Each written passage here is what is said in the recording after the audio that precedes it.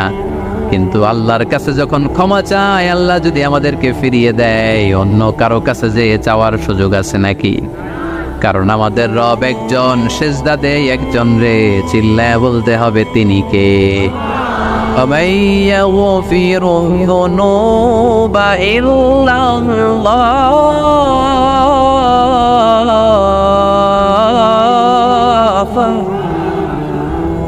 وَمَن يَغْفِرُ الذُّنُوبَ إِلَّا اللَّهُ আল্লাহ ছাড়া গুনাহ ক্ষমা করার দ্বিতীয় কোনো মাবুদ আমাদের আছে নাকি?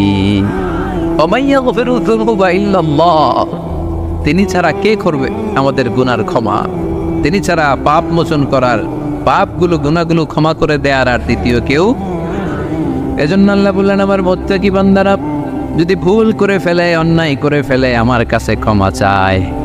আমার কাছে ক্ষমা চাইতে দেরি, আমি আল্লাহর ক্ষমা করতে দেরি হয়? তাহলে পাপ হলে, ভুল করে অন্যায় করলে ক্ষমা চাবো কার কাছে? চারটা গুণের কথা বললাম, কয়টা? 4 নাম্বার